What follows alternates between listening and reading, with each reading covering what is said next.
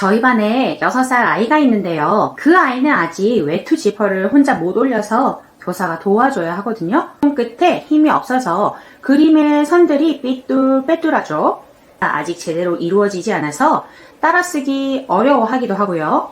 반 친구들 이름표를 보고 어떤 친구의 이름인지 구별하지 못하고요. 그런데 그 아이가 집에서 부모님과 한글 공부를 하고 있다고 하더라고요. 저는 그 말을 듣고 한편으로는 안타까운 마음이 들었어요. 15년 동안 교실에서 수많은 아이들이 한글 떼는 걸 지켜본 교사로서 오늘 솔직하게 말씀드릴게요. 한글 떼는데 사실 돈 들일 필요 없습니다. 오히려 돈을 쓰는 순간 아이를 힘들게 하는 경우를 저는 더 많이 봤어요. 유치원에서 아직 한글을 떼지 못한 7살 친구들 학부모님과 상담을 하다 보니 대부분 이렇게 말씀하시더라고요.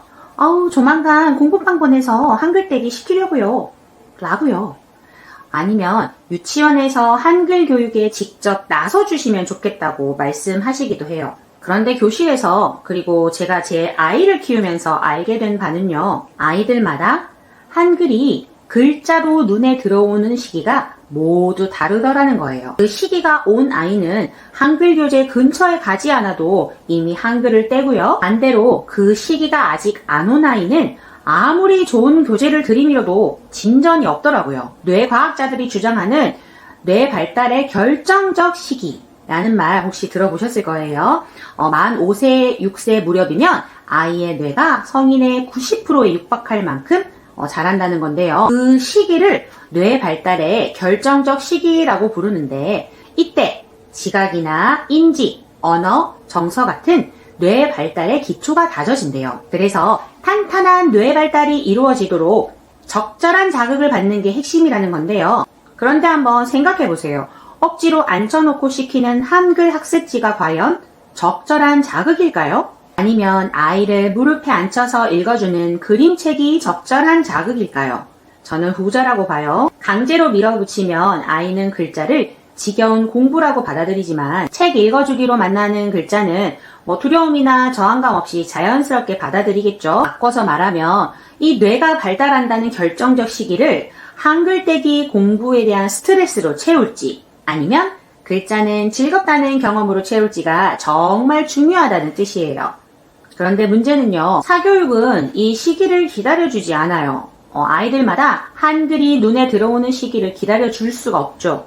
돈을 냈으니까 진도를 빼야 하니까 아이를 밀어붙일 수밖에 없겠죠. 그럼 어떻게 될까요? 아이는 한글 떼는 과정을 어려운 과제로 인식하기 시작해요. 아까 제가 말씀드린 그 6살 아이 기억하시죠? 그 아이에게 지금 필요한 건 한글 교재가 아니고요. 손끝에 힘을 기르는 놀이 그리고 무릎에 앉혀놓고 읽어주는 그림책이 더욱 필요한 거예요. 그럼 교사인 저는 그저 아이들이 한글에 관심을 가지기만을 기다리고 있을까요?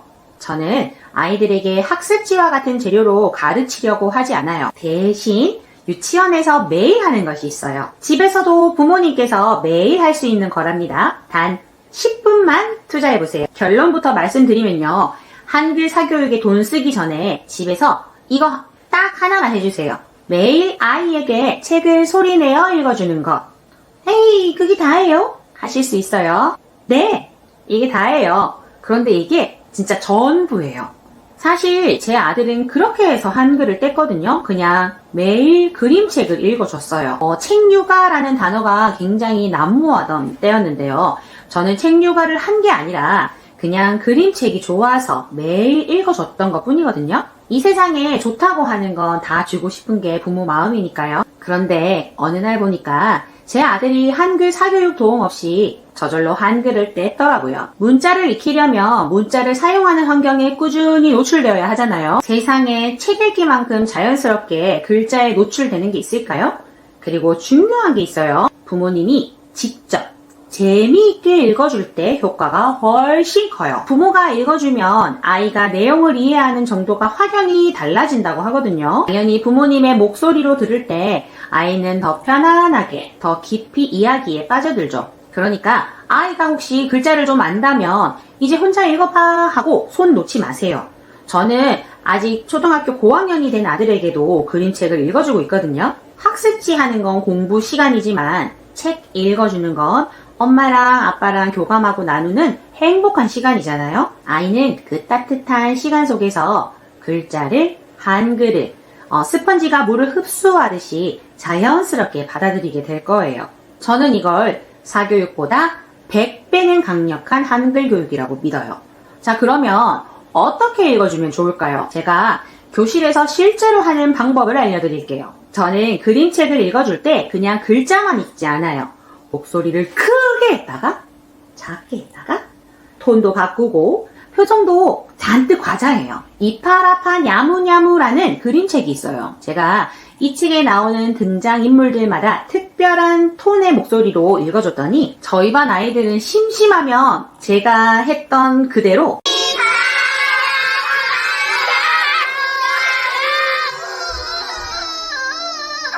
를 따라하는 거예요. 그만큼 아이들은 어른이 읽어주는 목소리에 담긴 재미를 기억해요. 글자가 아니라 그 시간의 즐거움을 기억하는 거겠죠. 그리고 저는 원래 그림책을 좋아해서 직접 구매해서 보는 걸 굉장히 좋아하거든요.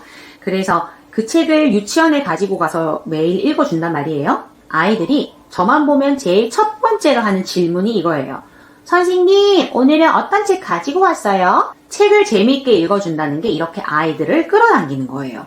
교재로는 절대 일어나지 않는 반응이죠. 오늘 밤 딱 한 권만 읽어주고 주무세요. 그거면 충분해요. 대신 매일 읽어주시는 게 중요해요. 하루에 어느 날은 10권 읽어주고, 그리고 너무 힘들어서 아니면 저녁에 바빠서 집안일 하다가 늦어서 차일피일 미루면서 일주일, 2주일 지난 다음에 또 5권 읽어주는 그런 방식보다 그냥 내가 매일 하루에 한 권을 읽어준다 라는 목표로, 그러면 심리적인 부담감도 덜하니까요. 너무 내가 하루에 30분을 읽어줘야겠다, 1시간을 읽어줘야겠다. 물론 읽어주면 좋지만 그건 부모님에게도 너무 큰 과업, 부담이 될 수 있으니까요. 우리는 한 권씩 읽어주기로 해요.